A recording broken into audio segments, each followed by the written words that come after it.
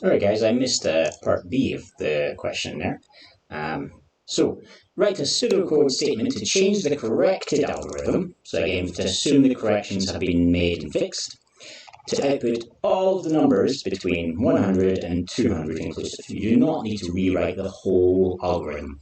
Okay, so basically, we just need to find a line that we're going to change. And the line we're going to change is this if statement. Okay, so let's bring that into our doc.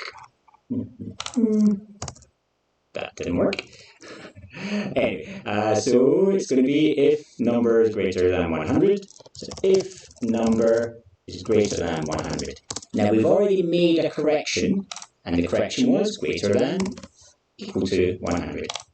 So we could apply a second condition to it, and that is 200.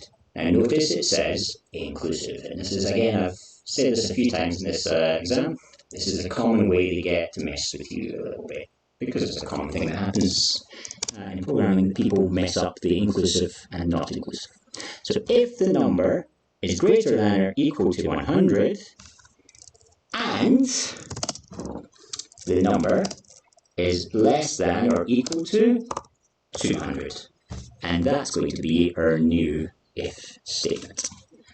Alright, cool.